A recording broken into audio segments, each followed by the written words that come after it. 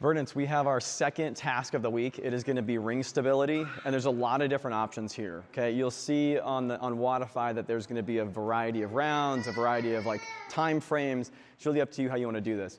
When you set these up, what we want is the rings to be about elbow to finger width apart. You see how the hardware here is on the inside?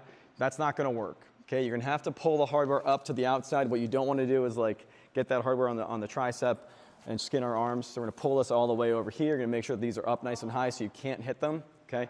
The first movement is a top ring hold. What we want to do is make sure the arm is locked out.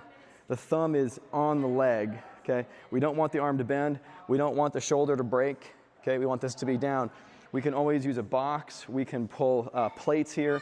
We can have this be in a lower bar and make sure my feet are on the ground. Okay, so what I'm going to do is I'm going to come up, I'm going to make sure my thumbs are in the sides. I'm pressing down, and then I'm going to hold. And if I can, I'm going to get my abs on. So this is not abs on, right? A little harder on my arms too. I'm going to get my abs on if I can, all right? And usually it's about 5 to 10 seconds on the hold, with like about double that on the rest.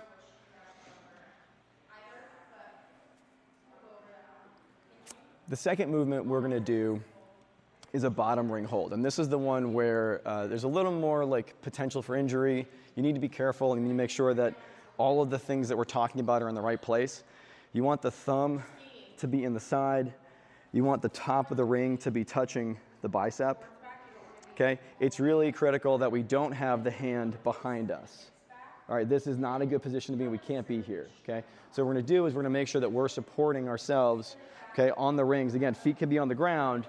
Okay, thumbs can be in the sides here. What we don't want is thumbs in the front. Okay, this is also, you see my shoulders have come up and now my clavicles are like in my throat. Want them to be here. Okay, and if we can do this and support ourselves, what we're going to do is make sure the knees are long. Okay, these are long knees.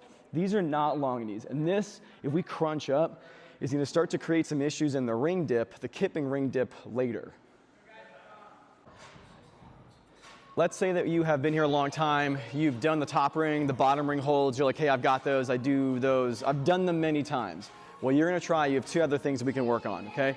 We can work on the top ring swing, so you're gonna be here, and you're gonna work on displacing the arms with the legs. And what I'm doing is I'm holding my hollow position, so I'm never creating an arch. I'm never letting my back arch, I'm always holding my hollow. And what I'm basically doing is having, if my hands are in front, my feet are behind, and vice versa. When my feet go in front, the hands go behind. Okay? And again, all the same things. The arms are locked, we're not letting the shoulders come up.